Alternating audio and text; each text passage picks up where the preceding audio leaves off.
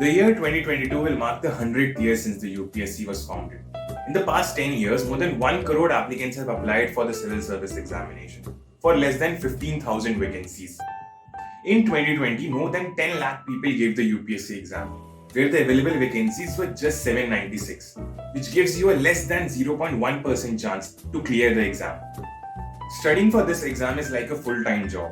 Most UPS aspirants are from middle or lower middle classes, so most of them do not come from a strong financial background.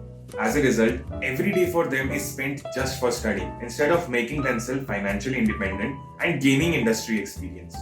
The money you pay to study for this exam can easily go into lakhs. During this time, you are mostly not earning by yourself. So preparing for this exam puts you and your family under a lot of financial and mental pressure. Also, on the contrary, officers do not make a lot of money.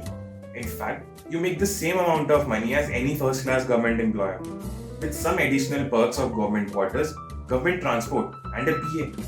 But there are many more careers where you can earn much more, along with some peace of mind.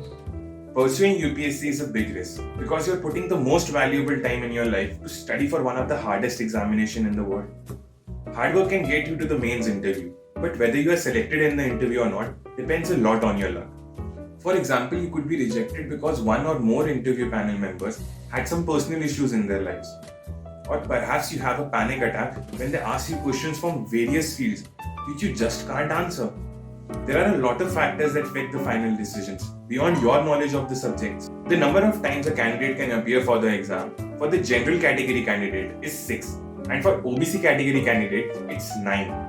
And one thing that most of you might not know about is that SC/ST candidates have unlimited attempts till 37 years of age. There are a very few escape routes for anyone who fails to clear the UPSC. A majority of students keep trying until they are out of attempts or they are at least 29 to 31 years of age. If you have tried to clear the UPSC and failed multiple times, maybe it's time for you to think whether you are just using your amazing skills in the wrong field and need to figure out a new plan for yourself. But remember, you will have almost no job experience, and employers usually avoid UPSC dropouts due to the same reason. Imagine getting rejected for an interview for a job that pays 20 to 25,000 rupees while being the oldest and most learned of all the candidates. It's undeniably a demotivating situation because people of your age and even younger than you will be at a better position in life. Another big factor we need to address is reservation, because there are only a limited number of vacancies every year for all 24 service combined, and this includes a 49% reservation.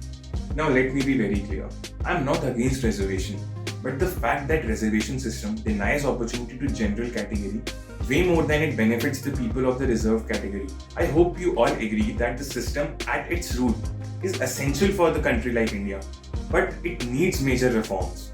If you want to serve the nation, try to gain some experience in your field and go for it.